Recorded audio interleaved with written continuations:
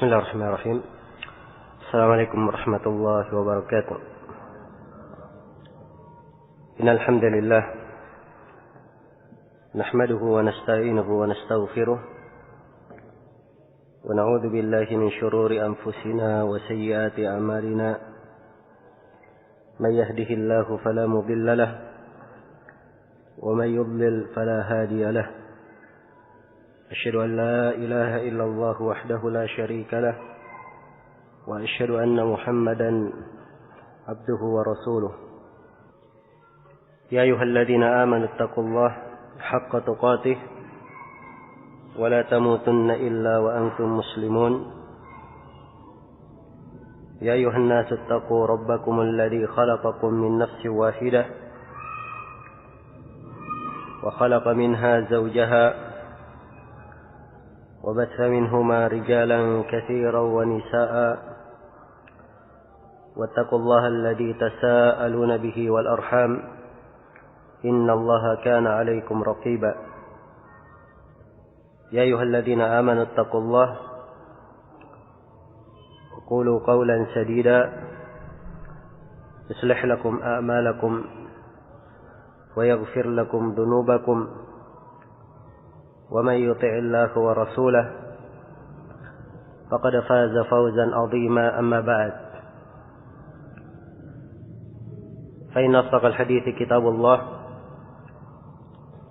وخير الهدي هدي محمد صلى الله عليه وآله وسلم وشر الأمور محدثاتها فإن كل محدثة بدعة وكل بدعة ضلالة وكل ضلالة في النار. معاشر الإخوة والأخوات rahimani wa rahimakumullah. Pada pagi hari ini kita akan mengkaji i'tiqad al-Imam Sufyan ibn Sa'id al-Thawri rahimahullahu ta'ala. Dan Sufyan bin Sa'id, beliau adalah nama sosok seorang imam yang sangat terkenal di masanya dan digelari sebagai Amirul Mu'minin fil Hadith. Amir al-Mu'minin fil Hadith. Bagaimana gelar Amirul Mu'minin fil Hadith untuk penguasa kaum mukminin? Beliau digelari Amirul Mu'minin fil Hadith sebab beliau bisa dianggap penghulu para imam ahli hadith di masa beliau. Dan akidah yang kita akan baca dari Sufyan ats-Tsauri rahimahullahu ta'ala ini diriwayatkan oleh Al-Imam Al-Lalakai rahimahullahu ta'ala di dalam kitab beliau Syarah Usul I'tiqad Ahli Sunnah wal Jamaah. Sebagaimana Al-Lalakai, beliau membawakan keyakinan para imam yang lainnya selain dari Sufyan ats-Tsauri. Mula-mula beliau sebutkan akidah Sufyan ats-Tsauri, setelah itu akidah Imam Al-Auza'i, setelah itu akidah Sufyan ibn Uyainah, setelah itu akidah Imam Ahmad bin Hanbal. Ya, akidah Imam Ahmad bin Hanbal ini lebih banyak dikenal dengan judul Ushulus Sunnah.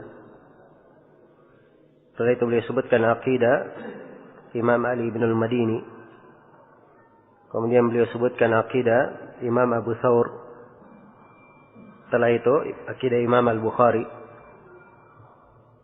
Setelah itu akidah Abu Zur'ah dan Abu Hatim Ar-Razi. Setelah itu beliau sebutkan akidah Sahli bin Abdullah Tasturi, akidah Abu Ja'far Muhammad bin Jarir At-Tabari, Ke beberapa akidah para a'immah yang beliau sebutkan di dalam buku ini. Dan ini kalau kita membaca buku-buku akidah ini, kita menyaksikan sejumlah manhajiyah, sejumlah metode ilmiah yang harus dipegang di dalam mempelajari ilmu akidah. Sebab ilmu akidah adalah ilmu yang pasti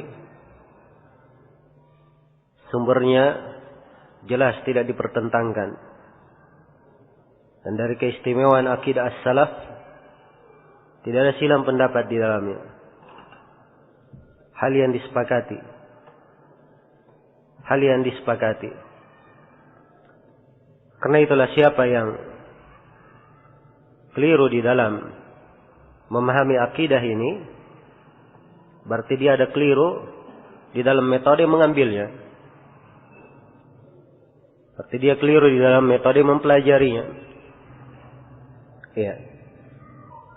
Di antara manhajiyah, metode para a'immatus salaf di dalam memahamkan akidah,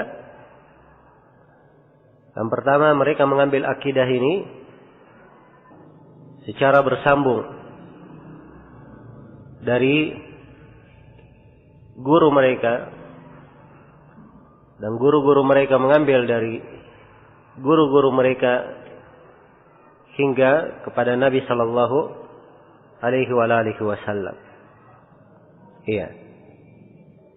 Karena itu di sini beliau terangkan, ini akidah Sufyan ats-Tsauri, ini akidah Imam Ahmad, ini akidah Al-Auza'i, ini akidah fulan dan fulan. Semuanya dari para a'immah, dan konteks penjelasan akidah yang mereka sebutkan semuanya sama. Semuanya sama. Dan ini menunjukkan kepada kita bahwa para ulama as-salaf, mereka berada di atas pedoman akidah yang tidak diragukan, dan dasar-dasar usul i'tiqad yang mereka pegangi adalah hal yang meyakinkan. Dan itulah firman Allah Subhanahu wa taala, "Walau kana min 'indi ghairillahi lawajadu fihi ikhtilafan katsira." Andai kata datangnya dari selain Allah, maka mereka akan dapatkan perselisihan pendapat yang sangat banyak. Dan ini berbeda dengan pengajaran akidah yang diajarkan oleh ahlul bidah, orang-orang yang tidak menempuh jalan as-salaf di dalam mempelajarinya. Kita ketemukan bahwa mereka goncang di dalam memahami akidah. Tidak tetap di atas satu pemahaman atau satu keyakinan. Iya. Dan ini tabiat dari akidah yang keliru. Ciri kekeliruannya nampak, banyak kegoncangan di dalamnya. Akidah Asy'ariyah misalnya, dia dibangun di atas 7 usul, menetapkan sifat. Mereka tetapkan 7 sifat pokok, dan 7 sifat ini diselisihi oleh orang-orang Asy'ariyah yang datang setelahnya. Imamul Haramain juga dari kalangan Asy'ariyah, beliau menambah sifat yang ke-8. Menambah sifat yang ke-8. Ya, dan ini kerancuan di dalam memahami akidah. Di dalam tafsir lafaz al-kasb, di pembahasan takdir di kalangan orang-orang Asy'ariyah, ya, mereka ada belasan pendapat dalam menafsirkan makna al-kasb. Dan ini menunjukkan kebingungan mereka di dalam memahami akidah. Dan banyak lagi contoh-contoh lainnya yang mungkin sebagiannya kita akan dengarkan. di dalam penjelasan akidah Imam Sufyan Ats-Tsauri ini. Maka akidah itu diambil dari para a'immah, diambil dari sumber-sumbernya. Kemudian yang kedua, akidah itu dipahami dari mulut guru. Iya. Tidak dipahami sendiri. Tidak dibaca sendiri. Tidak dibaca sendiri. Sebab agama ini datangnya seperti itu. Rasulullah SAW menerima wahyu melalui perantara Jibril. Al-Quran dibacakan kepada beliau oleh Jibril. Dan para sahabat radhiyallahu taala anhum menerima hadits Rasulullah SAW dari mulut Nabi SAW. Mereka menyaksikan dari perbuatan Nabi.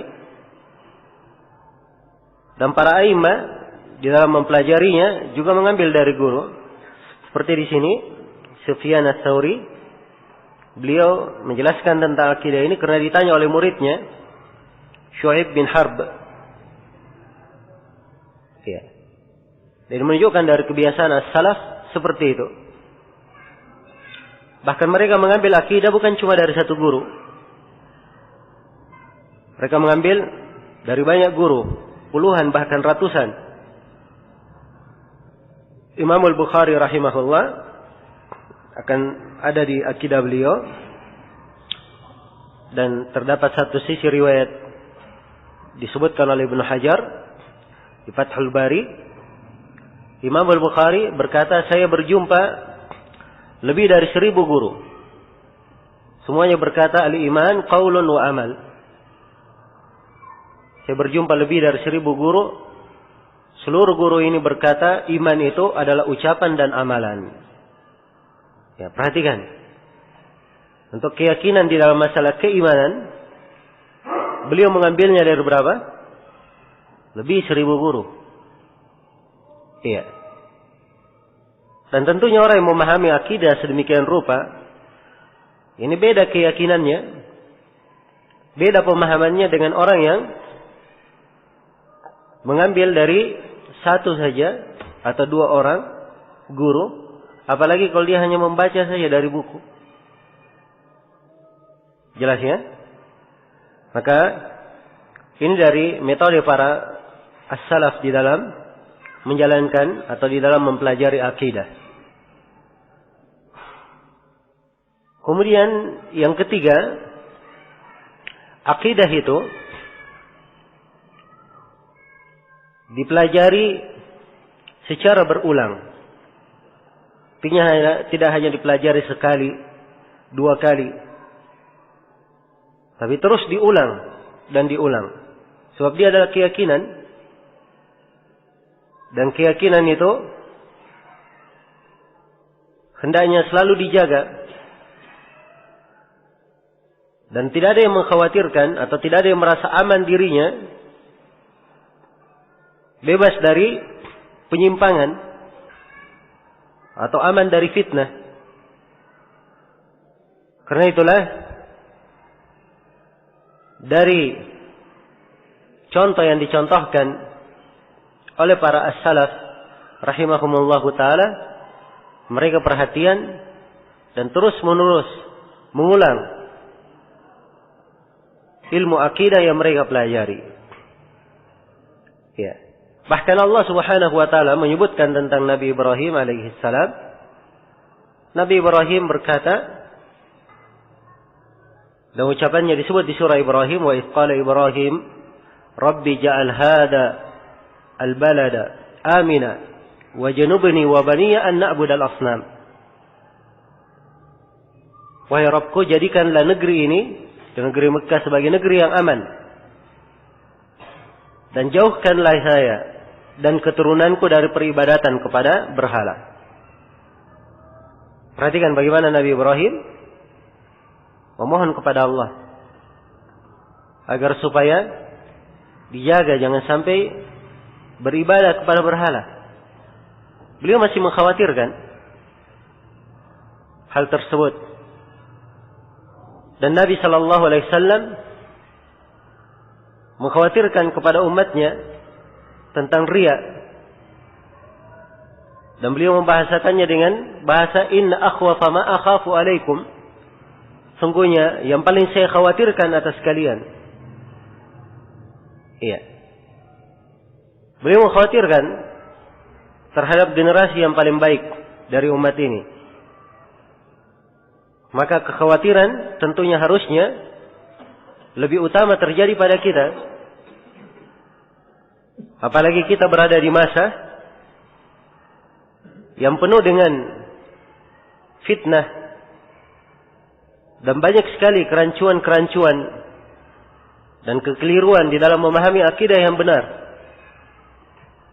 Karena itulah hendaknya sering kita ulang dan kita membaca, mempelajari akidah as-salaf yang diajarkan oleh para a'immah rahmatullahi alaihim ajma'in.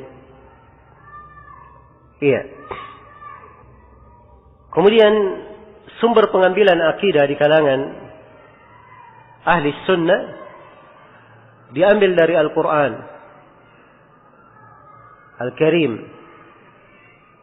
dan diambil dari hadits Rasulullah sallallahu alaihi wasallam.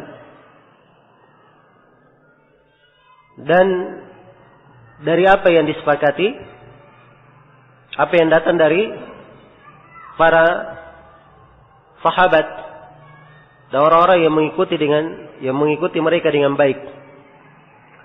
Dan mereka inilah yang dikatakan sebagai as-salafus salih. Iya. Ini 3 sumber pengambilan. Kalau ada yang menyebutkan bahwa sumber pengambilan akidah dari akal juga, akal sehat, itu keliru. Ya. Sebab akal dia bukan menetapkan, tapi akal itu memahami. Kalau dia akalnya benar, akal sehat, dia akan memahami akidah tersebut dengan baik dan menerimanya. Akidah itu tidak bertentangan dengan akalnya. Tapi dia dijadikan sebagai rujukan dan sumber, tidak. Ya. Dan sebagian dari perkara akidah didukung, atau hal-hal yang diterangkan dalam akidah, itu sesuai dengan fitrah manusia. Sesuai dengan fitrah manusia. Adapun pengambilan akidah dari Al-Quran dan Sunnah Rasulullah sallallahu alaihi wasallam, sekira ini dalilnya dan keterangannya adalah hal yang sangat jelas. Iya, dan disepakati. Adapun akidah itu diambil dari as-salaf, ya. Maka ini adalah hal yang disepakati oleh para imam, mengikuti jalan as-salaf di dalam memahami akidah. Ibnu Qudamah rahimahullahu taala berkata, "Wa qad sabata wujub ittiba'is salafi bil kitabi was sunnati wal ijma'." Kata beliau, dan telah syah wajibnya mengikuti jalan as-salaf berdasarkan dalil dari Al-Quran dan dari sunnah dan dari kesepakatan para ulama. Adapun dari Al-Quran, Allah Subhanahu wa taala berfirman, "Wa may yushaqiqir rasula min ba'di ma tabayyana lahul huda wa yattabi' ghayra sabilil mu'minin nuwallihi ma tawalla wa nuslihi jahannam wa sa'at masira." Siapa yang durhaka kepada Rasul setelah nampak baginya petunjuk dan dia mengikuti jalan selain dari jalan kaum mukminin, ini 2 golongan yang diancam. Orang yang durhaka kepada Rasul dan orang yang tidak mengikuti jalan kaum mukminin. Ya. Kaum mukminin waktu itu adalah para sahabat. Karena dia adalah ayat Al-Quran yang berlaku untuk hari kiamat, maka jalan seluruh kaum mukminin. Siapa yang tidak mengikuti jalan kaum mukminin, maka Allah ancam nuwallihi ma tawalla. Kami biarkan dia larut di dalam kesesatannya. Wa nuslihi jahannam, dan kami akan memasukkannya ke dalam neraka jahannam. wasa'at masira. Dan itu adalah sejelek-jelek tempat kembali. Perhatikan bagaimana diancam dengan api neraka bagi siapa yang keluar dari jalan as-salaf. Dan Allah Subhanahu wa taala berfirman, "Was-sabiquna al-awwaluna minal muhajirin wal ansar walladzina ittaba'uuhum bi ihsan radhiyallahu anhum wa radu anhu wa a'adda lahum jannatin tajri tahtaha al-anhar khalidina fiha abada dzalikal fawzul 'adzim." Orang-orang yang terdahulu lagi pertama dari kalangan sahabat muhajirin dan al-ansar, yang paling pertama dipuji dalam ayat. Setelah itu sebutkan dan orang-orang yang mengikuti mereka dengan baik. Ya, orang yang mengikuti mereka dengan baik ini juga dipuji di dalam ayat. Dan mana mengikuti mereka bi ihsan dengan baik adalah mengikutinya bi itqan. Mengikuti jalannya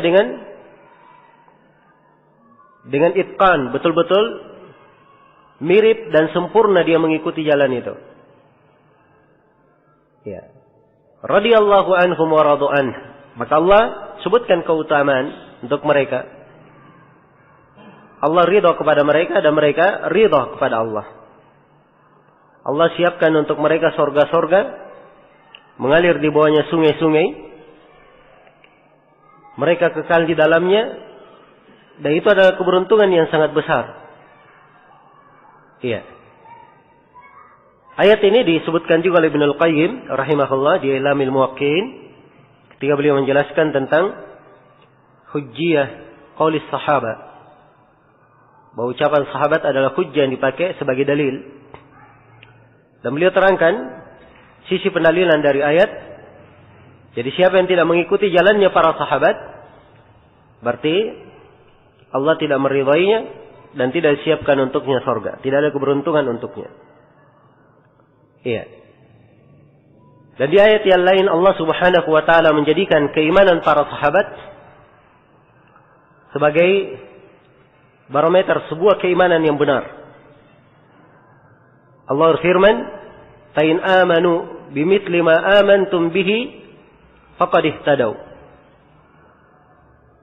Kalau mereka beriman, mereka yaitu kaum musyrikin di masa Nabi, mereka beriman seperti keimanan kalian, hanya diukur dengan keimanan sahabat, maka mereka telah mendapat hidayah. Ya.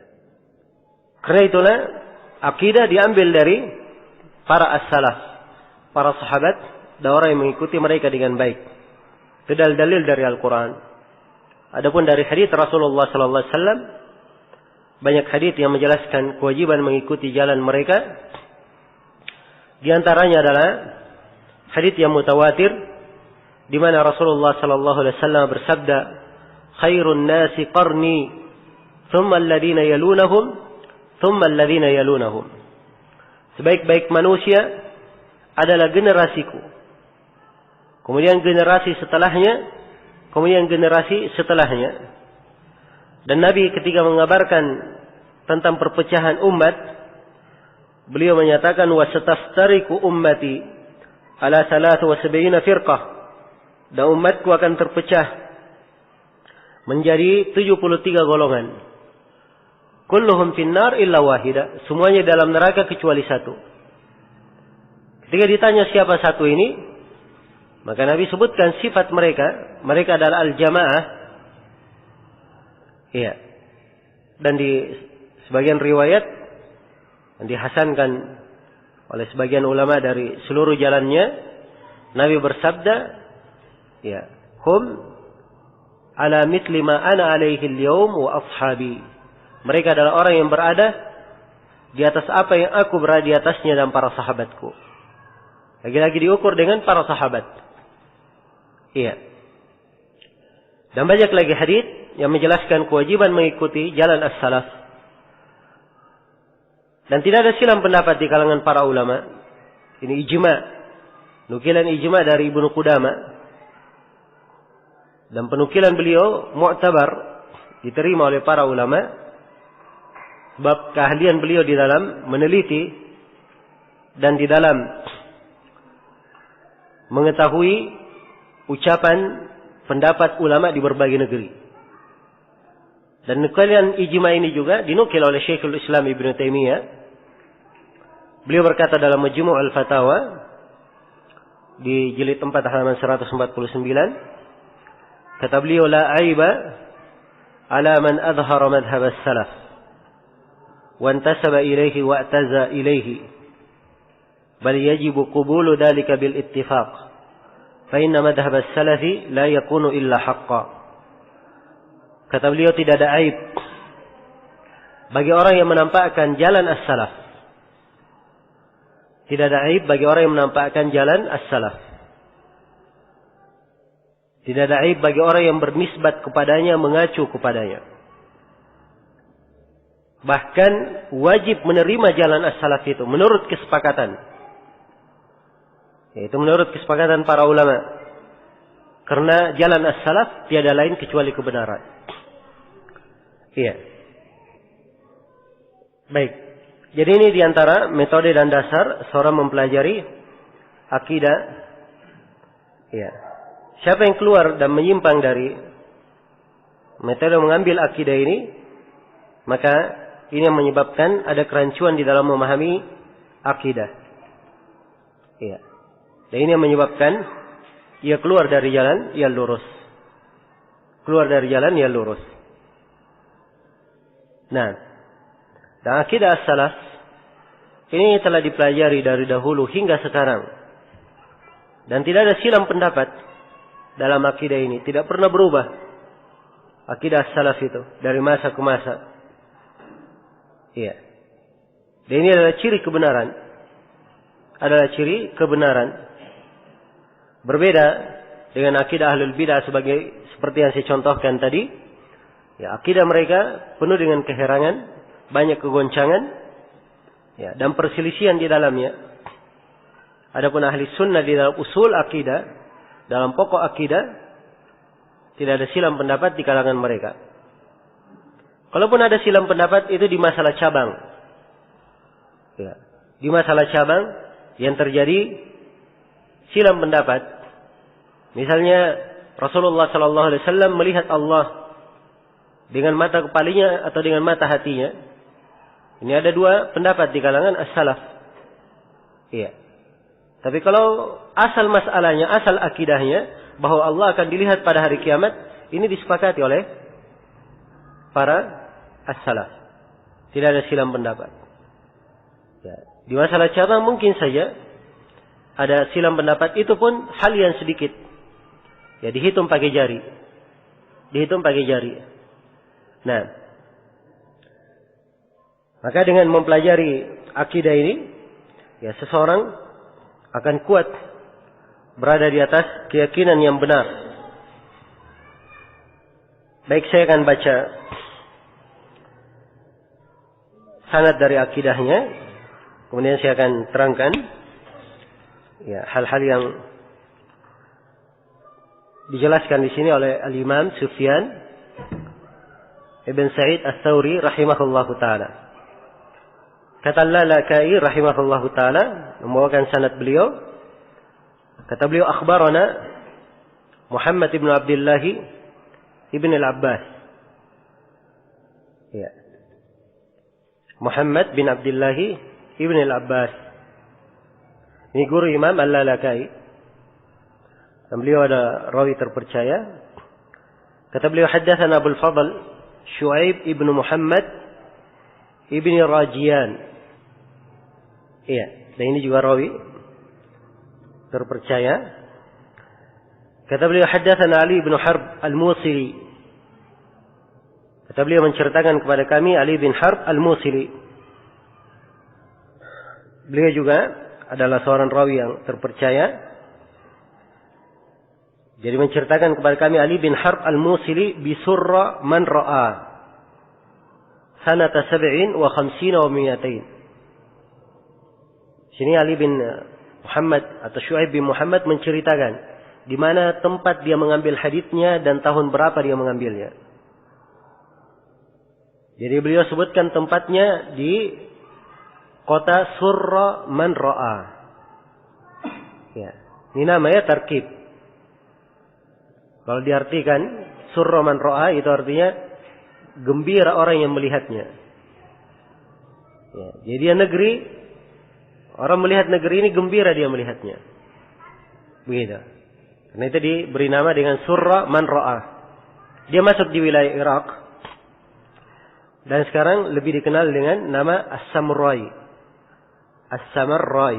Begitu. Disambung. Sin, mim, ra. Terus dipanjangkan pakai mad. Kemudian pakai hamzah. Kasih ayat nisbat kepada surra man ra'a. Jadi terjemahan antum halaman 19 ada kesalahannya di penyebutan nama itu. Sarmara, mungkin salah cetak. Diperbaiki.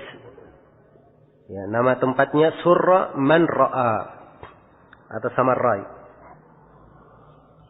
Baik. Dia masuk di wilayah Irak untuk sekarang ini.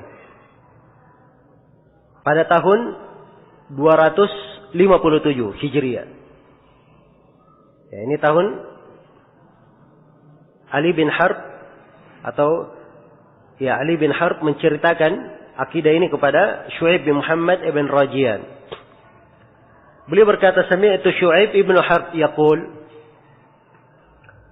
Beliau berkata, saya mendengar Syuaib bin Harb berkata.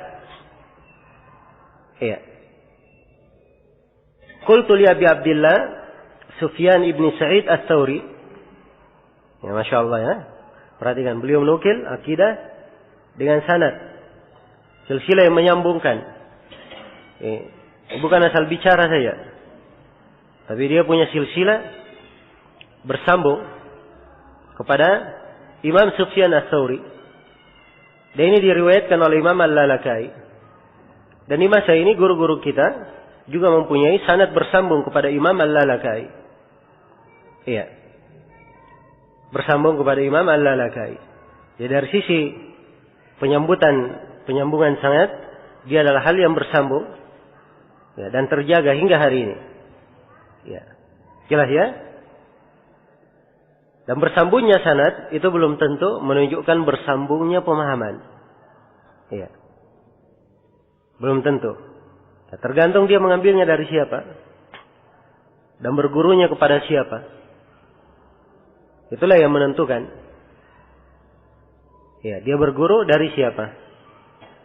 Karena itulah memilih seorang guru itu adalah hal yang penting. Dan para ulama menyebutkan beberapa kriteria seorang guru yang diambil ilmu darinya. Ya, kriteria yang paling pentingnya mungkin ada 3 hal. Yang pertama, guru ini akidahnya benar. Akidahnya lurus. Ya. Kemudian kriteria yang kedua, manhaj guru ini, manhajnya, metode di dalam berpikirnya, itu adalah metode yang lurus, sesuai dengan jalan as-salaf. Kemudian kriteria yang ketiga, guru ini adalah guru yang memang dia penasehat bagi umat, orang yang bersemangat kebaikan bagi umat. Iya. Maka ini 3 ciri umum kepada siapa kita mengambil ilmu. Kepada siapa kita mengambil ilmu. Nah. Dan di sini Syuaib bin Harb beliau bercerita, beliau berkata, Qultu li Abi Abdillah Sufyan ibn Sa'id Ats-Tsauri. Saya berkata kepada Abu Abdillah. Abu Abdillah kunya beliau. Kunya itu gelar panggilan, didahului dengan apa? Abu. Ya.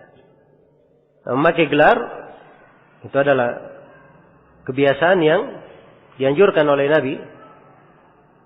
Ya. Dan Nabi memerintah, takannau, berkunyalah kalian.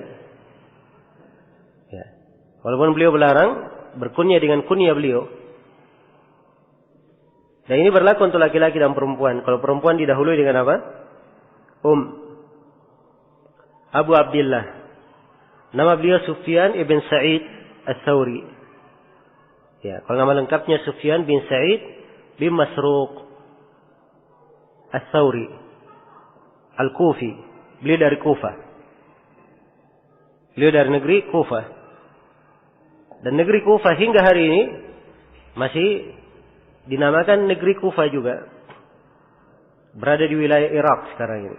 Sebab memang Irak dahulu itu adalah negeri, kota berkumpul padanya ulama Islam dan penghafal-penghafal hadis. Imam Ahmad dulunya berada dari sana, atau beliau dari Irak. Imam Syafi'i dahulu di Irak. Kemudian beliau berpindah ke Mesir. Iya.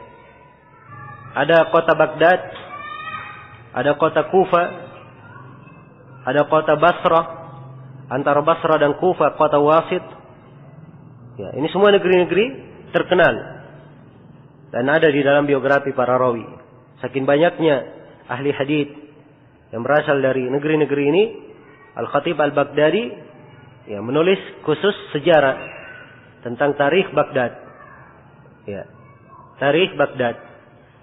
Yang dicetak lebih dari 12 jilid atau sekitar 12 jilid, menguraikan biografi ulama-ulama yang pernah tinggal di negeri itu. Ya.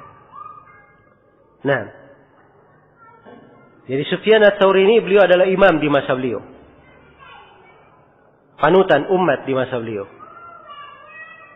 Ya. Dan beliau adalah panutan di dalam segala hal, bukan cuma di ilmu hadis saja. Beliau adalah panutan di dalam berpegang kepada sunnah. Beliau adalah panutan di dalam suluk, di dalam akhlak. Dan beliau adalah panutan di dalam fikih. Ya. Siapa yang membaca buku-buku hadis, pasti dia akan dapatkan nama-nama Sufyan Ats-Tsauri di banyak riwayat. Siapa yang membaca buku-buku fikih, pasti dia akan ketemukan pendapat-pendapat Sufyan Ats-Tsauri menghiasi buku-buku itu. Sebab beliau adalah rujukan yang sangat terkenal, rahimahullahu ta'ala. Jadi Syuaib bin Harb ya, berkata, Qultu li Abi Abdillah Sufyan bin Sa'id Ats-Tsauri. Ya. Kata beliau, saya berkata kepada Abu Abdillah Sufyan bin Sa'id Ats-Tsauri, Hadithni bi hadithin minas sunnah. Ceritakanlah kepadaku bi hadithin, sebuah hadith. Ya, dan hadith di sini makna secara bahasa yang dimaksud. Ceritakan kepadaku sebuah pembicaraan minas sunnah, berisi dari sunnah. Iya, berisi dari sunnah. Dan maksud dari sunnah di sini adalah akidah. Dari akidah. Ya, sebab di kalangan ulama terdahulu pembahasan akidah itu kadang disebut dengan bahasa as-sunnah. Disebut dengan bahasa as-sunnah. Ya. Karena sunnah itu memang mempunyai dua makna, dua penggunaan. Yang pertama adalah penggunaan khusus, yang kedua adalah penggunaan umum. Ya, penggunaan umum. Dan kita, kebanyakan dari kita mengenal kalimat sunnah itu dengan penggunaan khusus. Ya. Apakah ada dalilnya dari sunnah? Maksudnya apakah dalilnya dari apa? Dari hadits Nabi. Ya. Kalian katakan, oh makan sahur hukumnya sunnah. Ya, kita pahami sunnah berarti bukan apa? Bukan wajib. Ini makna khusus yang kita kenal. Penggunaan khusus. Tapi sunnah dia punya penggunaan umum. Penggunaan umum sunnah itu bermakna Islam itu sendiri. Islam itu sendiri. Iya.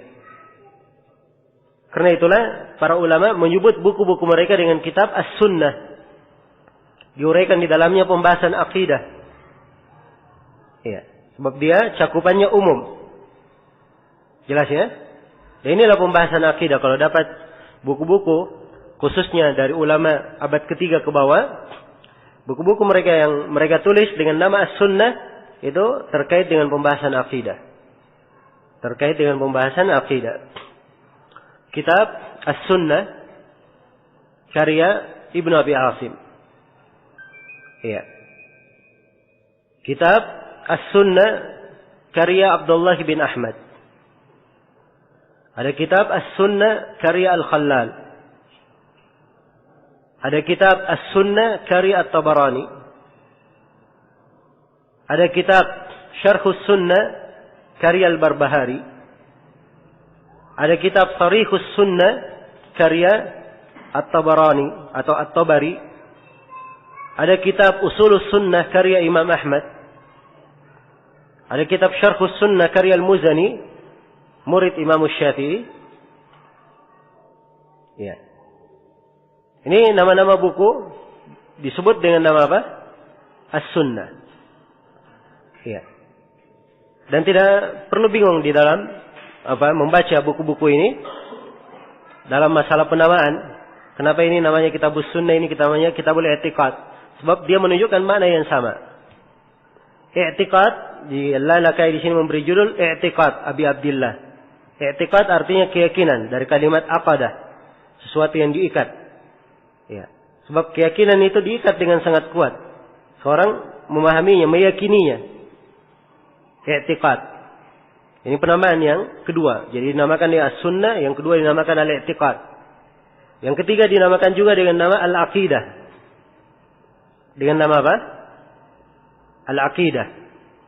I'tiqad dan akidah akar katanya sama. Kemudian dinamakan juga dengan nama Al-Iman. Dinamakan juga dengan nama apa? Al-Iman. Iya. Karena itu ada buku-buku ditulis dengan judul Al-Iman. Dan dia isinya sama dengan buku-buku yang memuat tentang sunnah. Seperti kitab Al-Iman karya Ibnu Mandah. Ya. Ini berisi tentang keyakinan dan akidah secara umum, bukan masalah iman saja. Ya. Di seluruh masalah beliau sebutkan di dalam Kitabul Iman. Iya. Dan ada Kitabul Iman karya Muhammad Ibn Yahya Ibn Abi Umar Al-Adani. Ya. Dan ada buku-buku lainnya dengan judul Al-Iman. Kemudian di antara penamaan dari buku akidah, juga sebagian as-salaf menamakannya dengan nama Asy-Syari'ah. Dengan nama Asy-Syari'ah. Seperti kitab Imam Al-Ajurri diberi judul dengan apa? Asy-Syari'ah. Ya. Walaupun syariat di kalangan penggunaan orang-orang belakangan itu digunakan untuk buku-buku fikih. Tapi beliau gunakan di sini untuk pembahasan akidah. Iya. Demikian pula ada yang menggunakan ya, akidah itu, buku-buku akidah atau pelajaran akidah dengan nama Al-Fiqhul Akbar. Fikih Akbar. Iya. Ini masyhur dari Abu Hanifah. Orang-orang Hanafiyah menggunakannya. Ya, dia dipakai oleh para ulama walaupun sebagiannya mengeritik. Ya, sebab fikih dalam agama semuanya diagungkan. Fikih dalam agama semuanya diagungkan. Iya. Dan pembagian ini besar dan kecil, ini usul, ini furu'. Ini kadang dimanfaatkan oleh sebagian orang yang tidak lurus jalannya. Baik. Ala kulli hal itu maksud dari penamaan mereka. Ketika mereka menamakan buku-buku akidah tersebut. Ya. Ada pun penamaan yang kadang dipakai oleh sebagian orang. Ya. Akidah dinamakan dengan filsafat. Ya. Atau akidah dinamakan dengan ilahiyat atau ghaibiyat. Ini dari penamaan-penamaan yang ditekuni oleh ahlul bidah, tidak dikenal di kalangan as-salaf. Iya. Adapun as-salaf mereka menamakan buku-buku akidah dengan penamaan yang sesuai dengan syar'i. Ya, persis nama dan maksud yang diterangkan di dalamnya. Nah. Baik. Jadi Syu'aib bin Harb berkata kepada Sufyan ats-Tsauri, "Haditsni bi haditsin minas sunnah." Ceritakan kepadaku sebuah pembicaraan berisi sunnah atau dari sunnah. Ya. Dari sunnah. yanfa'uni Allahu azza wa jalla bih. Dan saya berharap semoga Allah menjadikan apa yang kamu sampaikan itu bermanfaat untukku. Fa idza waqaftu baina yaday Allah tabaraka wa taala, sehingga kalau saya berdiri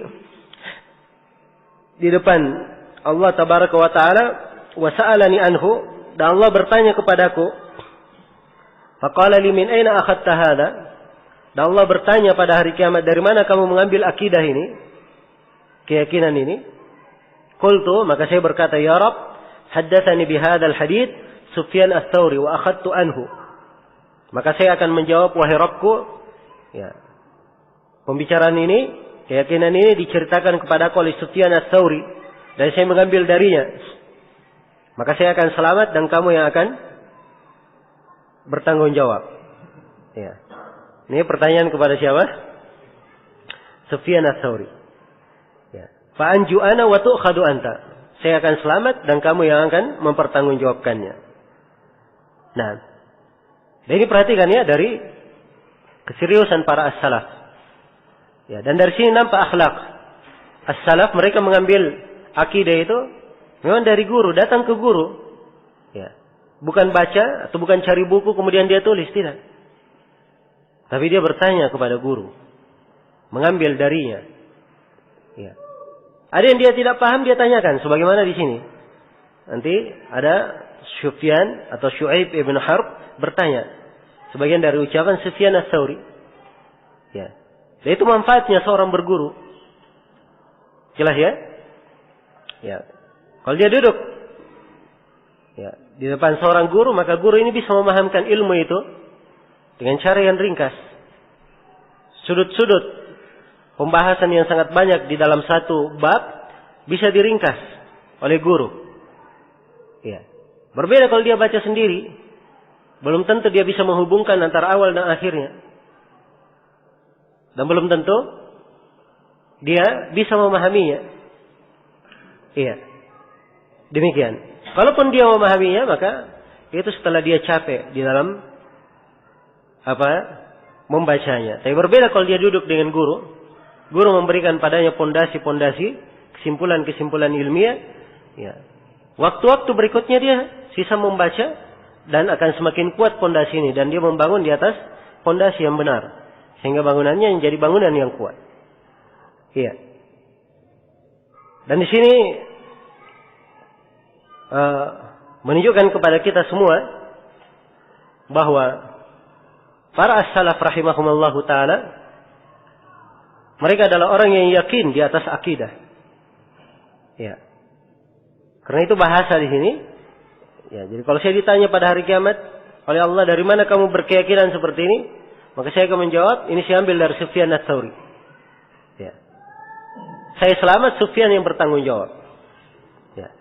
Dan Sufyan ats-Tsauri sendiri di akhir buku ini, ya, beliau berkata, ya Syu'aib bin Harb, wahai Syu'aib bin Harb, idza waqafta baina yadillahi azza wa jalla, kalau kamu berdiri depan Allah azza wa jalla, fasa'alaka an hadzal hadits, lalu Allah bertanya kepadamu tentang akidah ini, pembicaraan yang saya berikan kepadamu ini, faqul ya Rabbi haddatsani bi hadzal hadits Sufyan bin Sa'id ats-Tsauri.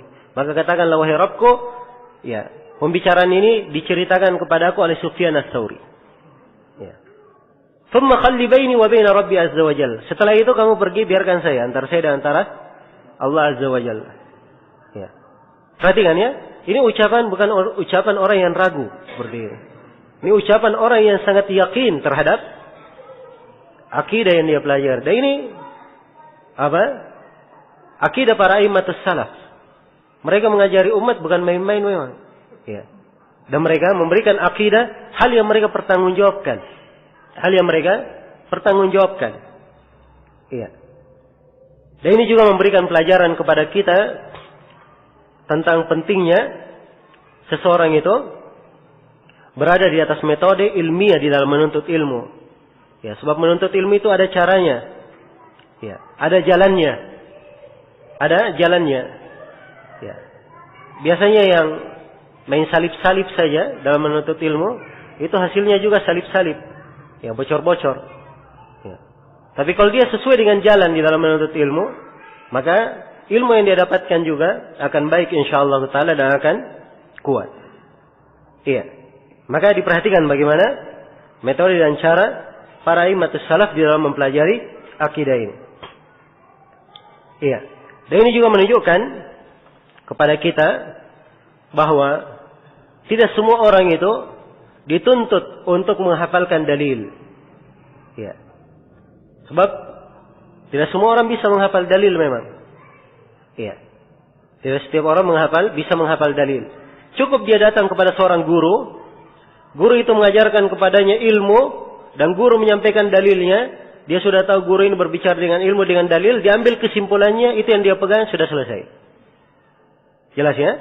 Sudah cukup. Iya. Adapun menghafal dalil itu adalah kadar apa? Kadar tambahan. Ya, tapi masalah kalau dia ambil dari ucapan guru dan dia tidak tahu apa dalilnya si guru ini. Iya.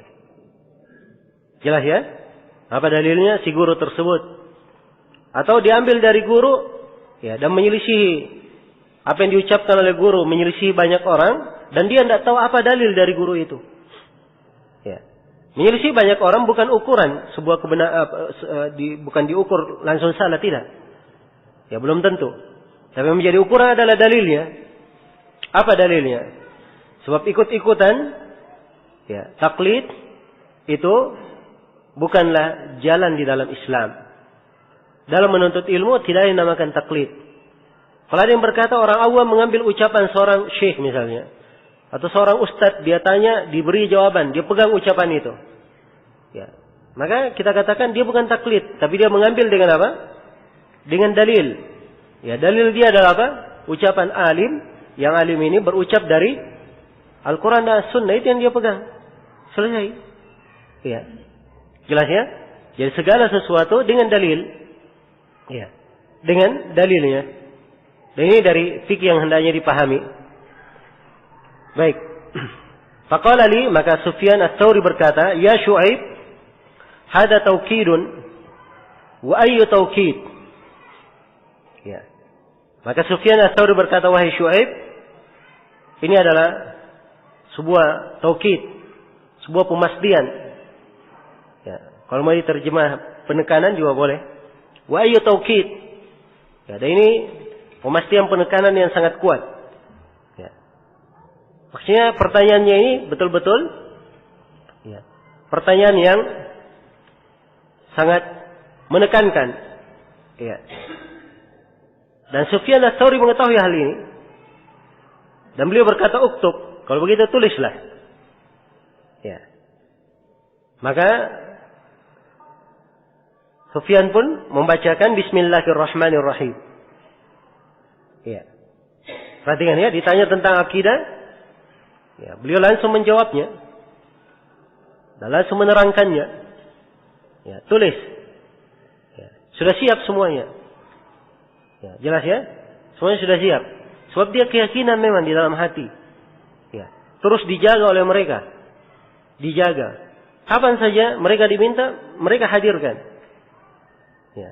Dan ini dari keistimewaan akidah as-salaf rahmatullahi alaihim dan keistimewaan para imam. Ya, Syekhul Islam Ibnu Taimiyah menulis akidah wasitiyah satu majelis saja. Satu kali duduk setelah sholat asar beliau tulis, selesai. Akidah wasitiyah menggemparkan, ya, orang-orang di masa beliau. Dan buku itu apa? Terus bermanfaat hingga hari ini. Hingga hari ini. Nah,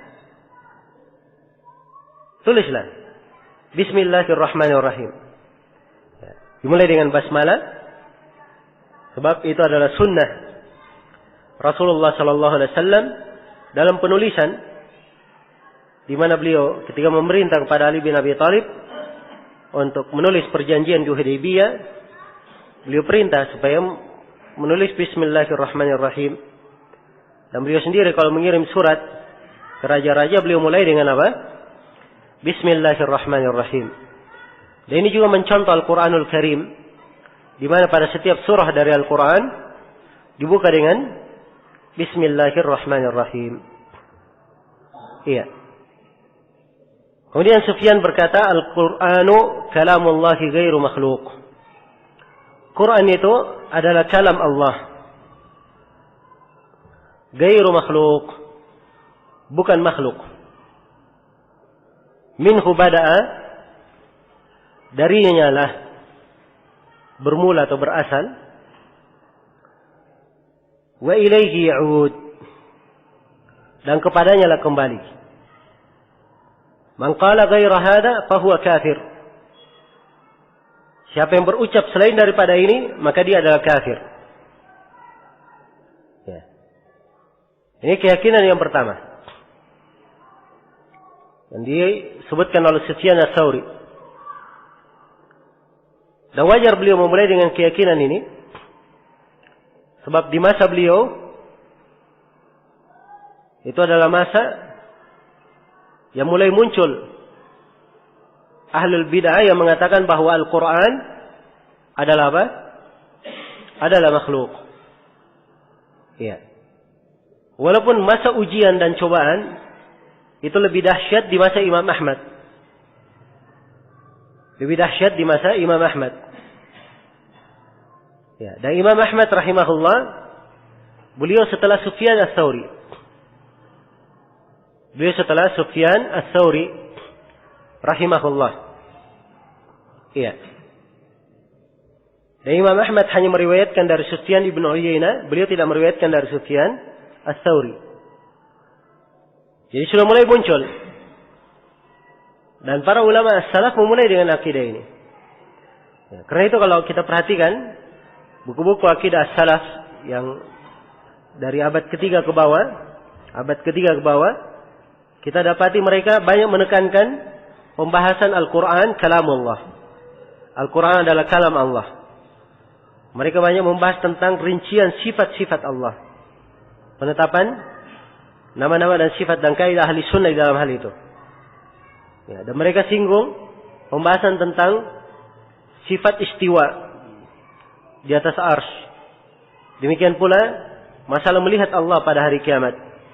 Sebab ini masalah-masalah pembahasan-pembahasan yang banyak diingkari oleh ahlul bid'ah di masa itu. Jelas ya? Karena itu wajar. As-salaf banyak menerangkan kepada manusia dan merinci apa yang samar di tengah mereka. Kata beliau, Al-Qur'anu kalamullah. Al-Quran adalah kalam Allah. Nah, Al-Quran yang kita baca, Al-Quran yang tertulis di mushaf-mushaf, Al-Quran itu adalah kalam Allah subhanahu wa ta'ala. Ya. Kalam artinya pembicaraan.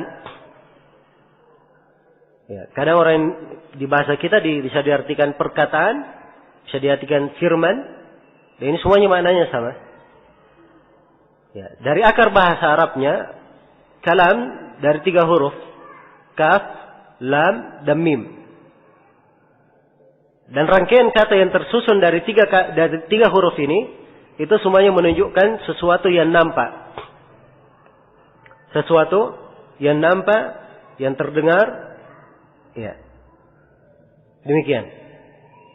Jadi kalam, dia pembicaraan. Dari sisi bahasa, pembicaraan yang didengar. Pembicaraan yang apa? Didengar. Ya.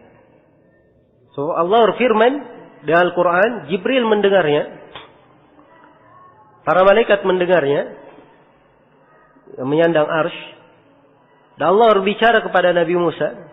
Nabi Musa mendengar firman Allah. Iya. Ini akar kata kalam dalam bahasa Arab. Karena itu kalimat yang terpecah dari 3 kata ini dalam bahasa Arab, itu semuanya menunjukkan makna yang nampak. Seperti misalnya lakama dalam bahasa Arab. Lakama dari lam, kaf, mim. Lakam artinya apa? Meninju. Ya.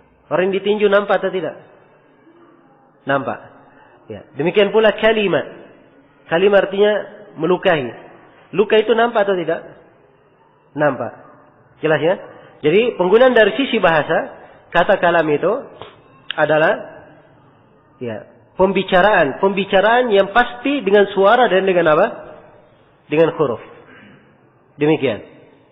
Ini fondasi dasar ahli sunnah membangun pemahaman di dalam memahami kalam Allah untuk membantah golongan Asy'ariyah dan Maturidiyah. Yang mereka mengatakan bahwa kalam Allah itu adalah kalam an-nafs. Ya, pembicaraan dalam diri. Ya. Tidak dengan huruf, tidak dengan apa? Dengan suara. Dan ini ucapan dari sisi bahasa Arab sudah salah. Sebab kata kalam itu tidak bermakna seperti itu di dalam sisi bahasa Arab. Jelas ya? Ya, dari mana asal kesalahan orang-orang Asy'ariyah memahaminya? Ya, asalnya karena mereka tidak mengambil dari as-salaf pemahaman. Mereka hanya mengandalkan diri sendiri. Akhirnya mereka keliru dan salah. Ya, dalam banyak sisi. Sudah menyelisih dalil Al-Quran dan Hadits, menyelisih kesepakatan para ulama, menyelisihi kaidah-kaidah bahasa Arab. Iya. Jelas ya? Jadi Al-Quran adalah kalam Allah, adalah kalam Allah. Banyak dalil yang menunjukkan tentang hal itu. Di antara dalil yang menunjukkan bahwa Al-Quran adalah kalam Allah, Allah berfirman, "Wa in ahadun minal musyrikin istajaraka fa'ajirhu hatta yasma' kalam Allah." Ya. Kalau ada salah seorang dari kaum musyrikin yang meminta perlindungan kepadamu, meminta jaminan keamanan, ini kafir dari luar negeri, dia ingin masuk ke negeri Islam. Dia minta perlindungan, jaminan keamanan. Karena dia ingin mendengar Al-Quran. Maka Allah perintah kepada umat Islam di negeri itu, berikan padanya perlindungan. Hatta yasma'a kalam Allah. Sampai dia mendengar kalam Allah. Ya. Jadi Al-Quran disebut apa? Kalam Allah. Dan perhatikan, kalam Allah ini, orang kafir ini mendengar dari apa? Dari Allah langsung atau dari orang yang membacakan kepadanya? Hah? Ya, tentunya orang yang membacakan kepadanya. Dan bersamaan dengan itu semuanya disebut apa? Kalam Allah. Jelas? Sebab si pembaca membaca, ya, itu perbuatan membaca. Tapi yang dibaca adalah apa? Kalam Allah. Si penulis menulis, yang tertulis adalah kalam Allah. Pena yang menulis buku, yang ada padanya tulisan memang adalah apa? Adalah makhluk. Ya. Tapi yang tertulis adalah apa? Kalam Allah. Dan kalam Allah bukan apa? Bukan makhluk. Jadi Al-Quran adalah kalam Allah. Iya. Nah. Dan banyak lagi ayat-ayat Al-Quran yang menjelaskan hal ini. Dengan bahasa, disebutkan Al-Quran sebagai kalam Allah. Iya. Yuharrifuna kalam Allah. Mereka mentahrif kalam Allah. Ya. Dan kadang dengan kata kalimatillah. Ya, kalimat-kalimat Allah. Iya. Baik. Jadi ini di antara dalil-dalil yang menunjukkan tentang kalam Allah Subhanahu wa taala.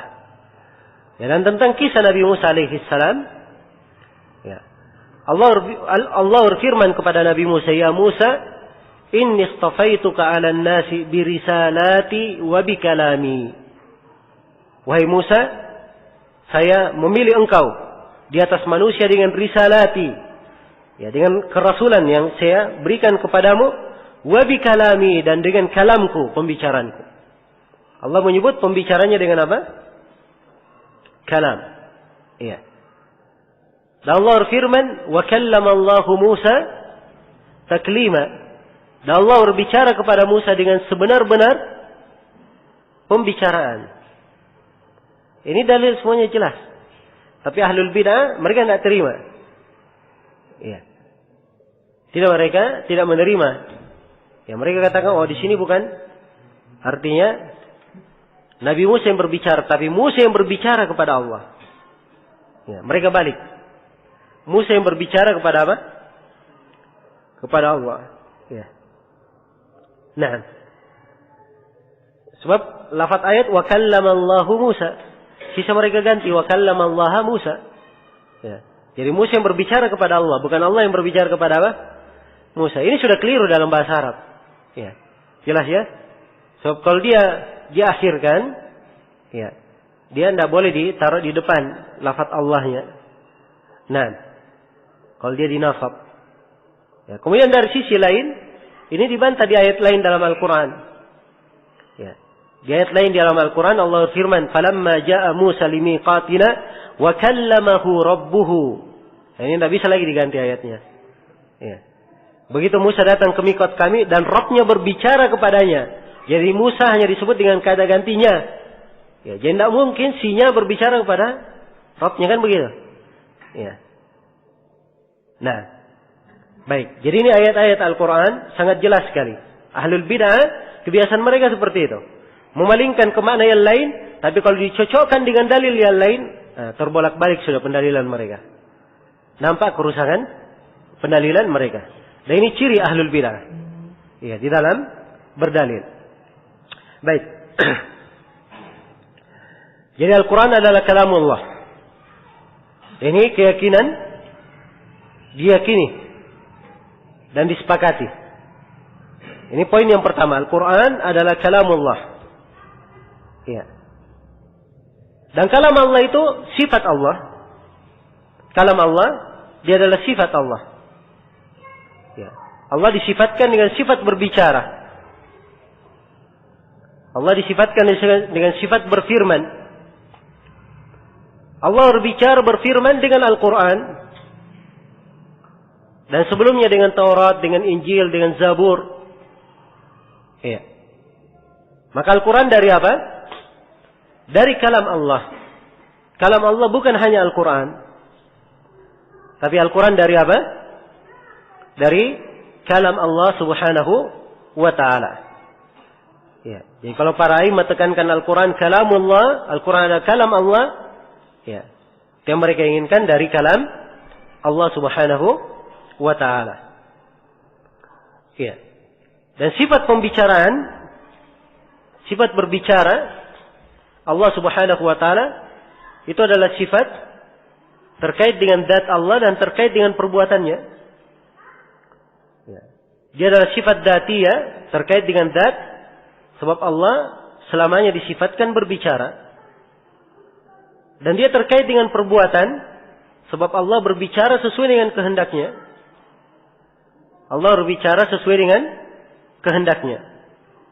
Yang jelas kaidah yang wajib diyakini oleh setiap muslim dan muslimah di dalam bab nama-nama dan sifat, dia menetapkan seluruh nama dan sifat Allah sebagaimana yang Allah terangkan di dalam Al-Quran dan Rasulullah sallallahu alaihi wasallam jelaskan dalam haditsnya. Dan dia yakini seluruh nama dan sifat itu sesuai dengan kemuliaan dan kebesaran Allah dan pasti tidak sama dengan apa? Tidak sama dengan makhluk. Karena Allah berfirman dalam Al-Quran, "Laisa kamitslihi syai' wa huwa as-sami'ul basir." Allah tidak serupa dengan suatu apapun. Dialah Allah yang maha mendengar lagi maha melihat. Iya. Demikian. Jadi kalau Allah sifatkan di dalam dirinya, atau Allah sifatkan dalam kitabnya, bahwa Allah itu melihat, ya, maka jangan ada yang berkata, manusia juga melihat.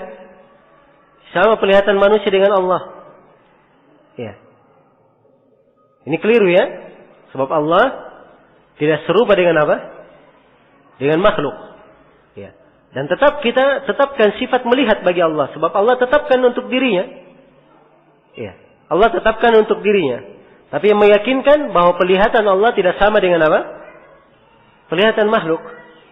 Ya. Dan ini adalah hal yang diterima oleh akal sehat. Kita saja antara sesama manusia, ya, kekuatan penglihatan kita berbeda-beda. Ya kan? Ada yang matanya rabun, ya, di siang hari bisa melihat, di malam hari tidak bisa melihat. Ada yang pakai kacamata, yang tidak pakai kacamata. Manusia saja berbeda-beda.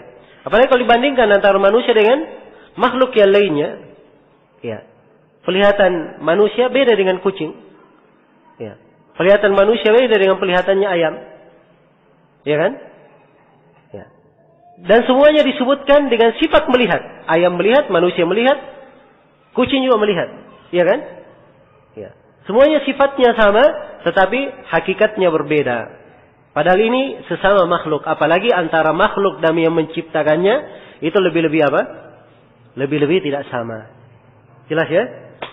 Baik. Jadi Al-Quran adalah kalam Allah. Gairu makhluk. Ini potongan yang kedua dari keyakinan. Harus ditetapkan bahwa Al-Quran kalam Allah bukan makhluk. Ya. Dan kalimat bukan makhluk ini adalah kalimat yang banyak diuraikan oleh para ulama as-salaf. Ketika munculnya bid'ah, orang yang mengatakan Al-Quran adalah makhluk. Maka para ulama as-salaf membantah. Ya. Mereka katakan gairu makhluk. Mereka tambah kalimat gairu makhluk. Memang sebelumnya tidak ada di kalangan para sahabat yang mengucapkan seperti itu, gairu makhluk. Ya, bukan makhluk. Betul, tidak di kalangan para sahabat. Sebab waktu itu memang tidak ada yang memunculkan bid'ah ini. Ya. Tidak ada yang memunculkan bid'ah ini. Ya. Dan makna dia bukan makhluk itu adalah makna yang ada di dalam Al-Quran dan sunnah Rasulullah sallallahu alaihi wasallam. Ya. Allah berfirman dalam Al-Quran, "Ala lahul khalqu wal amr." Ingatlah bahwa milik Allah al-khalq, makhluk, penciptaan, dan milik Allah perintah. Allah bedakan antara penciptaan dan perintah. Andai kata sama, maka disebutkan semuanya apa? Makhluk. Ya. Tapi beda antara perintah dan apa? Antara makhluk. Dan Al-Quran dari perintah Allah. Ata amrullahi fala tasta'jilu. Datanglah perkara Allah, perintah Allah, maka jangan kalian mempersegeranya. Iya. Jelas ya? Dia dari perintah Allah. Nah, dan Al-Quran itu dari ilmu Allah. Al-Quran dari ilmu Allah. Ya, kalau dia katakan Al-Quran itu makhluk, berarti ilmu Allah itu makhluk. Iya kan? Iya. Sedangkan Allah telah berfirman dalam Al-Quran, Ar-Rahman, Allama Al-Quran, Khalaqal Insan. Dibedakan. Ar-Rahman, Allah mengajarkan Al-Quran. Disebutkan ta'lim, mengajarkan. Adapun insan disebutkan khalaqal insan. Allah menciptakan insan sebagai makhluk. Jelas ya? Jadi bedakan antara Al-Quran dan makhluk. Ya, kalau begitu Al-Quran gairu makhluk, bukanlah makhluk. Nah, iya. Dan Rasulullah sallallahu alaihi wasallam mengajarkan doa yang dibaca pagi dan petang, dibaca ketika seorang mendatangi negeri-negeri, baru dia singgah di sebuah tempat, dia baca doa, a'udzu bikalimatillahi tammat min syarri ma khalaq. Saya berlindung dengan kalimat-kalimat Allah. Ingat ya, kalimat sama dengan apa? Kalam. Kalimat-kalimat Allah yang maha sempurna dari kejelekan apa yang Allah cipta. Jadi berlindung dari yang dicipta, berlindungnya dengan apa? Kalam Allah. Iya. Jelas ya? Kalam Allah. Iya. Berlindung dengan sifat Allah. Dan ini jelas. Nah, andai kata Al-Quran, andai kata kalam Allah itu makhluk, berarti Nabi mengajarkan kesyirikan. Sebab di sini berlindung dengan makhluk. Iya kan? Ya, berlindung dengan makhluk itu apa? Hah? Kesyirikan. Kan begitu? Karena itulah orang yang mengatakan Al-Quran itu makhluk, ini adalah sebuah kemungkaran yang sangat besar. Ya. Kelompok Jahmiyah yang mengatakan Al-Quran itu makhluk dikafirkan oleh para ulama. Sepakat para ulama dalam mengkafirkan mereka. Nah, karena itu Sufyan ats-Tsauri di sini berkata, "Man qala ghaira hada fa huwa kafir." Siapa yang berkata selain daripada ini, maka dia telah kafir. Ya. Dia telah kafir. Jadi ini ucapan bahwa orang yang mengatakan Al-Quran ya, adalah makhluk, dia adalah kafir. Ini ucapan ya, diriwayatkan dari jumlah yang sangat banyak sekali. Ya. Dari para a'imah, mereka mengkafirkan orang yang mengatakan Al-Quran itu adalah makhluk. Ya, para a'imah mengkafirkan orang yang mengatakan Al-Quran adalah makhluk. Imam Al-Lalakai rahimahullah di dalam buku ini, ya, beliau menukil dari banyak a'immah. Nah. Iya. Dari banyak a'immah yang mengkafirkan kelompok Jahmiyah. Orang yang mengatakan Al-Quran itu makhluk. Ya, ada yang beliau bawakan dengan sanadnya, ada yang beliau sebutkan nama-namanya saja untuk meringkas. Di akhirnya beliau katakan, fahaulai 550 nafsan atau akthar min at-tabi'in wa atba'i at-tabi'in wal a'immatil mardiyyin siwa as-sahabatil khayrin ala ikhtilafil a'sar wa madassinin wal awam. Ala ikhtilafil a'sar wa mudiyyi sinina wal a'wam. Kata beliau, itu nukilan dari 550 orang imam, bahkan lebih dari kalangan tabi'in dan tabi'ut tabi'in dan para a'immah yang diridhai. Belum masuk di dalamnya sahabat yang mereka ini berbeda-beda masanya, ya. Dan ucapan mereka ini sepanjang, ya, tahun dan waktu yang mereka jalani. Kata beliau, pada 500 ini ada sekitar 100 orang imam yang menjadi panutan. Ya, memang 500 itu ulama. Yang menjadi imam panutan seperti Ats-Tsauri itu ada sekitar 100 dari yang disebut. Ya, coba bayangkan ya. Kata beliau, andai kata, ya, saya hanya sibuk mengumpulkan ucapan para ahli hadis, ya, mengumpulkan nama-nama ucapan-ucapan yang mengkafirkan Jahmiyah, kata beliau, maka nama-namanya akan sampai ribuan orang. Ya. Akan sampai ribuan orang. Ini pun rupanya beliau hanya mengumpul asal-asalan saja. Ya. Jelas ya? Nah, karena itu yang mengkafirkan kelompok Jahmiyah, ya, adalah hal yang disepakati oleh para ulama. Ya, kata Ibnul Qayyim rahimahullahu taala di dalam Nuniyah beliau, laqad taqallada kufrahum 50 fi 10 min al-ulama'i fil buldani wal lalaka'i al-imam haka anhum bal qad haka qablahu at-Tabarani. Kata beliau telah bersepakat di dalam mengkafirkan kelompok Jahmiyah 50 kali 10 dari ulama di berbagai negeri. 50 kali 10 berapa? 500. Ya, nukilan dari 500 ini disebutkan oleh Al-Lalakai. Dan sebelumnya telah disebutkan oleh Imam At-Tabarani. Tabarani juga menyebutkan dalam kitabnya As-Sunnah. Demikian keterangan Ibnul Qayyim rahimahullahu ta'ala. Dan Imam Ad-Dahabi di dalam sebagian pembicaraan beliau di Syiar Alamin Nubala, ya, beliau katakan bahwa yang mengkafirkan kelompok Jahmiyah sekitar 1000 orang imam. Sekitar 1000 orang imam. Ya. Jadi ini bukan masalah sepele. Ya. Jelas ya? Mengatakan Al-Quran itu makhluk. Ini adalah keyakinan yang mengkafirkan. Sebab kalau dia katakan Al-Quran itu makhluk, Al-Quran itu dari kalam Allah. Dan kalam Allah adalah apa? Sifat Allah. Kalau sifat Allah makhluk, berarti Allah itu apa? Berarti Allah itu makhluk. Ya. Jelas? Berarti Allah itu makhluk. Kalau dia katakan Al-Quran itu makhluk, ya, Al-Quran itu makhluk, maka ini akan menyebabkan seluruh yang dibaca dan seluruh yang ada pada Al-Quran itu dianggap sebagai makhluk. Dianggap sebagai makhluk. Dan ini semuanya bertentangan, ya, dengan dasar keislaman. Karena itu wajar, ya, kelompok Jahmiyah ini dikafirkan oleh para ulama. Baik. Kemudian kata beliau, minhu bada'ah. Al-Quran ini bermula dari Allah. Ya. Sebab Al-Quran datangnya dari Allah Subhanahu wa ta'ala. Allah berfirman dengannya. Allah berfirman dengannya. Ya, Allah berbicara dengan Al-Quran. Ya. Kemudian firman Allah ini, inilah yang disampaikan oleh Jibril, ya, kepada Nabi Muhammad sallallahu alaihi wasallam. Nah, jadi minhu bada'ah, darinya lah bermula.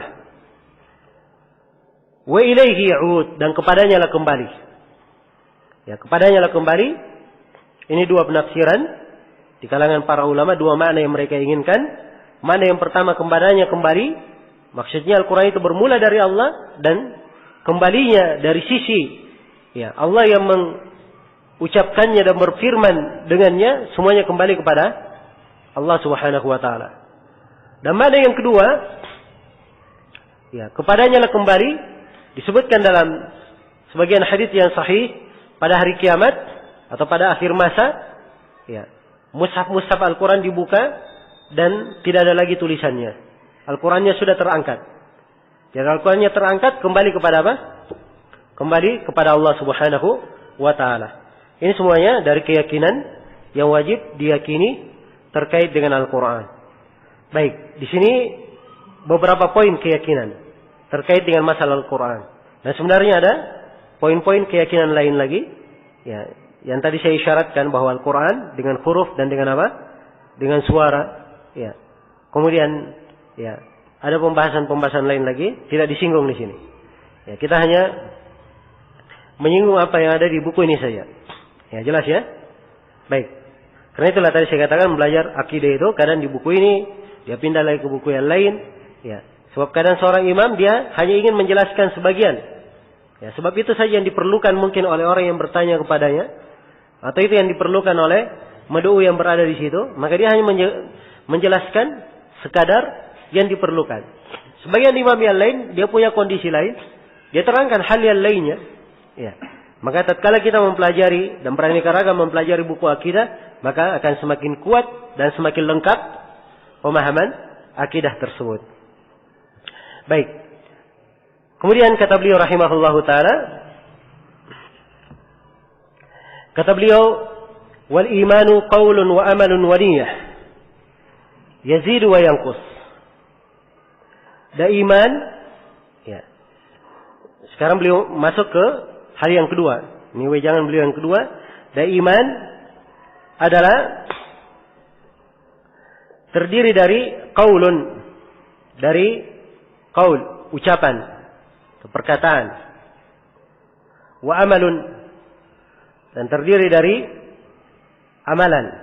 Wa niyah, ya, dan niat. Ini tiga ya.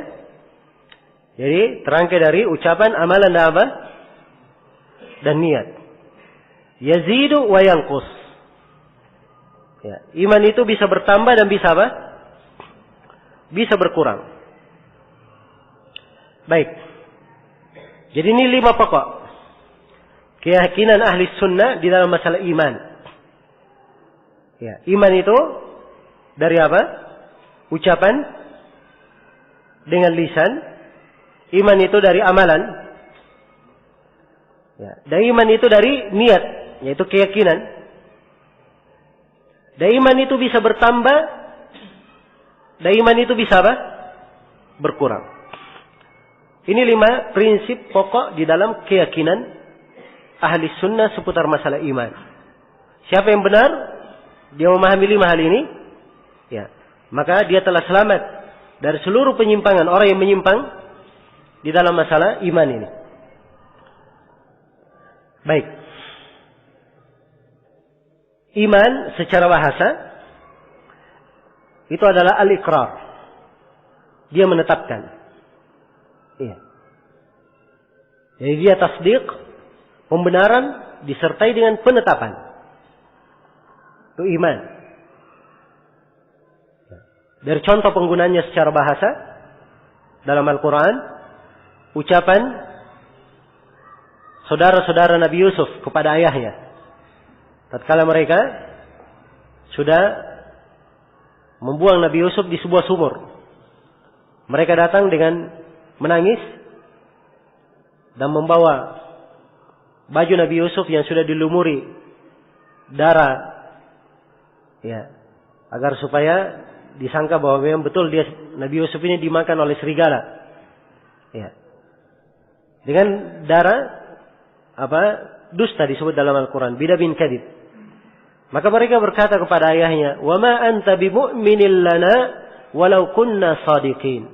Dan tidaklah engkau itu beriman kepada kami walaupun kami ini jujur.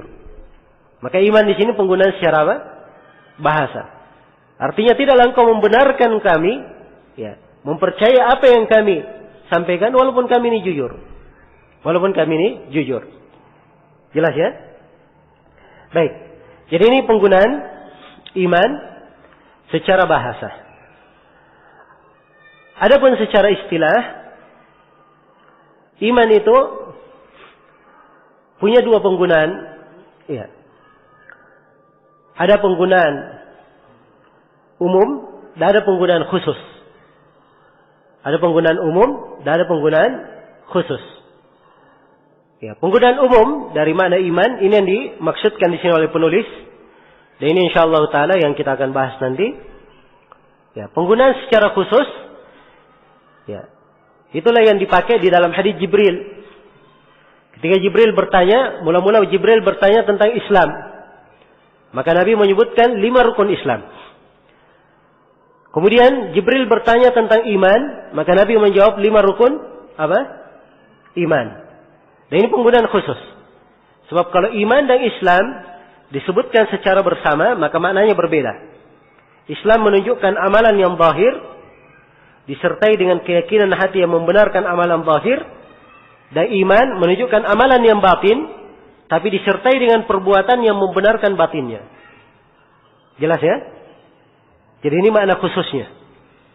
Ya, jadi kalau dikatakan Islam saja, dia tegakkan syahadat, dia berucap la ilaha illallah, dia salat, zakat, haji, puasa, itu tidak cukup. Sebab kaum munafikin juga melakukannya. Ya, harus ada keimanan yang membenarkan amalan apa? Amalan zahirnya. Ya, demikian pula keimanan. Ya.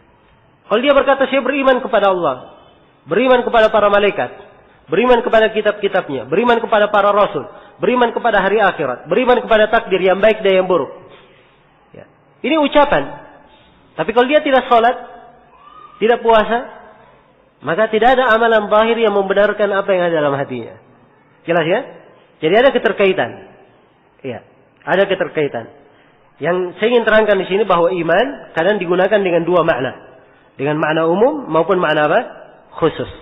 Dan di sini diterangkan dengan makna umum. Ya. Kata Sufyan ats-Tsauri rahimahullah, wal imanu qaulun wa amalun wa niyyah.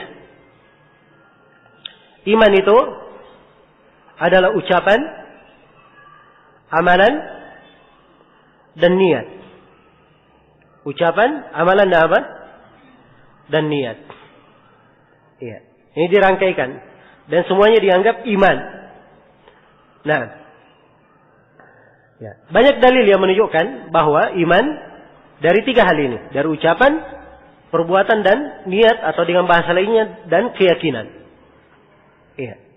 Banyak dalil yang menunjukkan hal itu. Di antaranya adalah firman Allah Subhanahu wa taala di awal surah Al-Anfal, "Innamal mu'minuna alladzina idza dzukirallahu wajilat qulubuhum wa idza tuliyat ayatuhu apa? Zadatkum imana wa ala rabbihim yatawakkalun alladzina yuqimuna as-salata wa mimma razaqnahum yunfiqun ulaika humul mu'minuna haqqan." Ulaika humul mu'minuna haqqan. Ya. Jadi katakan innamal mu'minuna, sungguhnya kaum mukminun itu. Ya. Mereka adalah orang-orang yang apabila disebut nama Allah, bergetarlah hatinya. Ya. Dia dengar nama Allah, disebut bergetar hatinya. Ini amalan apa ini? Hah? Terkait dengan hati. Ya. Jelas ya? Dan dia mendengarkan, menyimak. Ya, ada kaitannya dengan hati. Wa idza tuliyat alaihi ayatuhu zadatkum imana. Wa idza tuliyat alaihim ayatuhu zadatkum imana. Kalau dibacakan kepada mereka ayat-ayatnya, maka mereka bertambah apa? Bertambah keimanan. Dan ini dari dalil menunjukkan bahwa iman itu apa? Bertambah. Wa ala rabbihim yatawakkalun, dan mereka bertawakal kepada Allah. Tawakal itu dari amalan hati.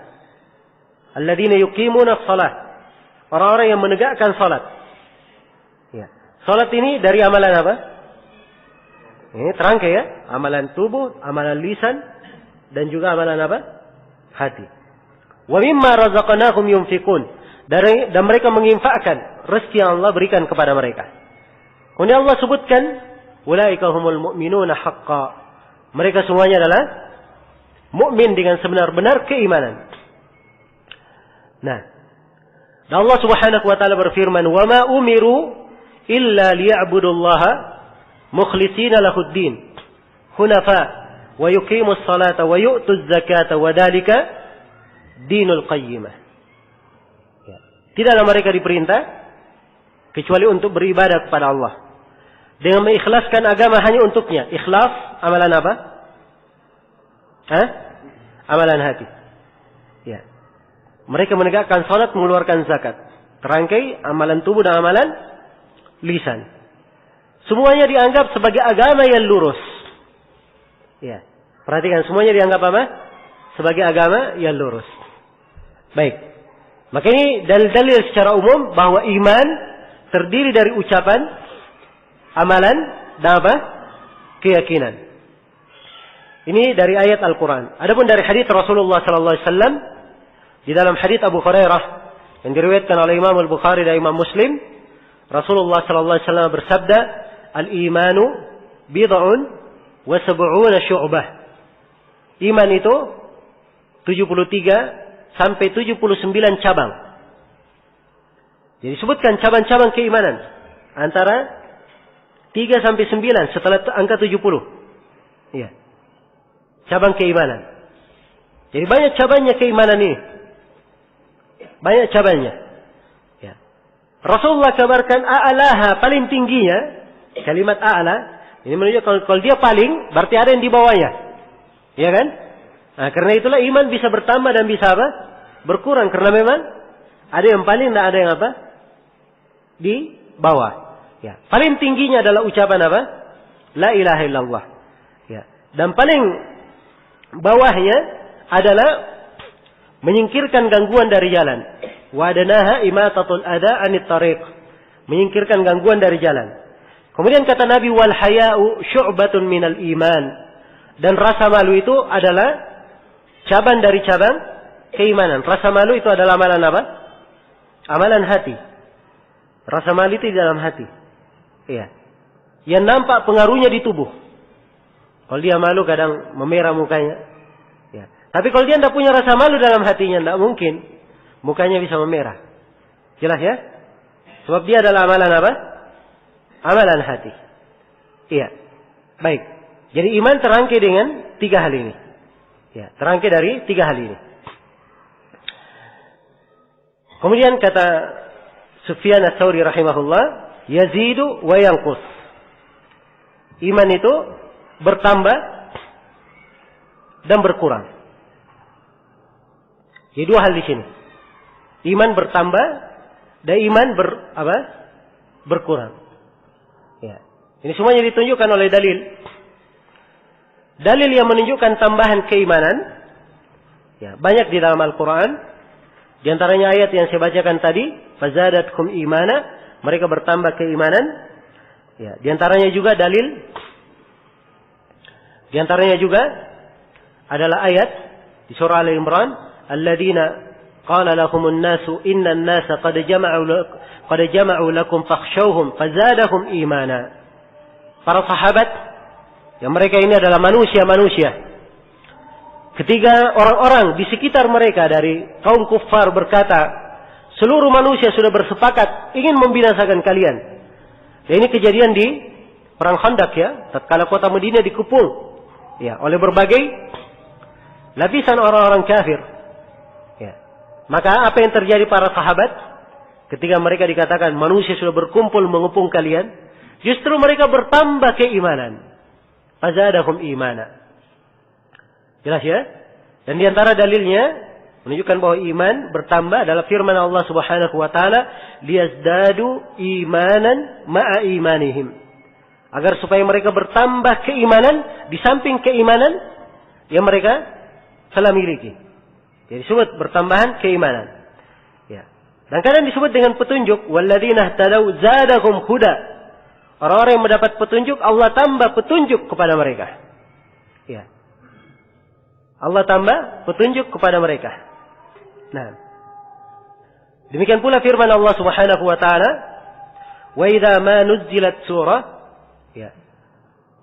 Apa wa idza ma unzilat surah, faminhum man yaqulu ayyukum zadathu hadhihi imana. Begitu turun surah, maka di antara mereka ada yang berkata, siapa yang bertambah keimanan? Allah sebutkan fa'ammal ladina amanu fazadatkum imana wa hum yastabshirun. Adapun orang-orang yang beriman mereka bertambah keimanan dan mereka bergembira. Mereka bergembira. Jadi dalil-dalil yang menunjukkan bahwa iman bertambah ini sangat banyak sekali. Jelas ya? Sangat banyak sekali. Ya. Adapun sebaliknya, iman itu bisa berkurang. Ini juga ditunjukkan oleh dalil. Ya, dalil yang paling pertamanya adalah dalil yang menunjukkan bertambahnya keimanan.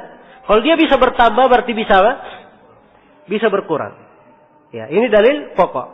Ya, di antara dalil juga adalah ayat ketika dikatakan pada ayat di surat Taubah yang saya bacakan tadi, ya kalau sudah diturunkan surah, ada yang berkata siapa yang menambah keimanan? Orang mukmin sudah bertambah keimanan, tapi orang kafir, ya.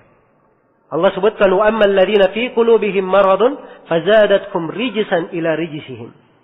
Adapun orang yang ada penyakit di dalam hatinya, mereka bertambah rijis, kenajisan di samping dari kenajisan yang mereka miliki.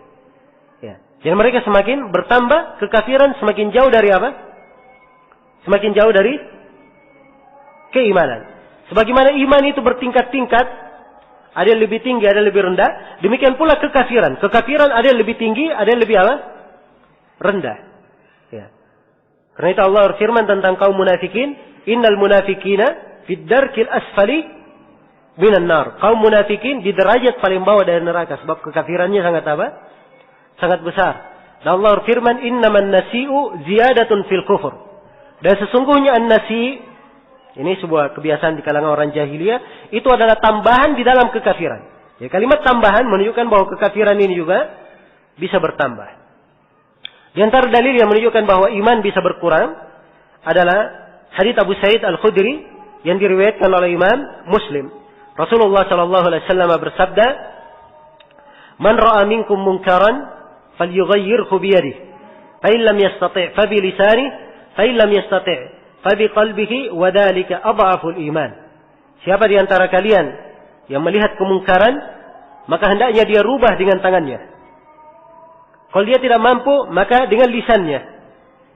Kalau dia tidak mampu, maka dengan hatinya. Dan itu adalah selemah-lemah keimanan. Disebut apa? Adhaful iman. Ya, kalimat lemah ini menunjukkan apa? Ya, ada yang lemah, ada yang lebih lemah lagi darinya.